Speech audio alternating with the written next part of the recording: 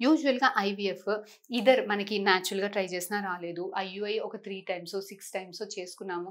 అయినా కూడా రాలేదు. వాట్ నెక్స్ట్ అంటే అంతా బావుంది. ఎగ్, ట్యూబ్, గర్భసంచి, కణాలు అంతా బావుంది. అయినా కూడా ఈ ట్రీట్మెంట్స్‌లో రావట్లేదు. అలాంటి వాళ్ళకి ఐవీఎఫ్ చేస్తాం. అన్‌ఎక్స్‌ప్లెయిన్డ్ ఇన్‌ఫెర్టిలిటీ అంటాం. అంటే లోన జరిగేదేంటో మనకు అర్థం కావట్లేదు కాబట్టి ఈ ఎగ్ బావుందా? ఎగ్ ట్యూబ్‌లోకొస్తుందా? ఎగ్, స్పెర్మ్ కలిస్తే బేబీ తయారీ అవుతుందా?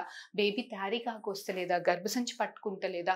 ఇదంతా లోపల జరిగే విషయం. మొత్తం ఫీమేల్ బాడీ కంట్రోల్‌లో ఉంటుంది. లోపల ఏం జరుగుతుంది? మైన్యూట్ థింగ్స్ స్కానింగ్‌లలో కూడా కనిపించవు. సో, ఈ లోపల ఏం జరుగుతుంది? వీళ్ళకసలు ఏంటి ప్రాబ్లమ్ అని తెలియడానికి ఐవీఎఫ్. సో, ఇది కాకుండా ఇంకెవరికి చేస్తాము అనంటే ఎగ్స్ బాగా తక్కువగా ఉన్నాయి. రిజర్వ్ బాగా తక్కువగా ఉంది. లేదు ట్యూబ్స్ మూసుకుపోయింది. లేదంటే గర్భసంచిలో గడ్డలు పెద్దవిగా ఉన్నాయి. వాపు ఎక్కువగా ఉంది.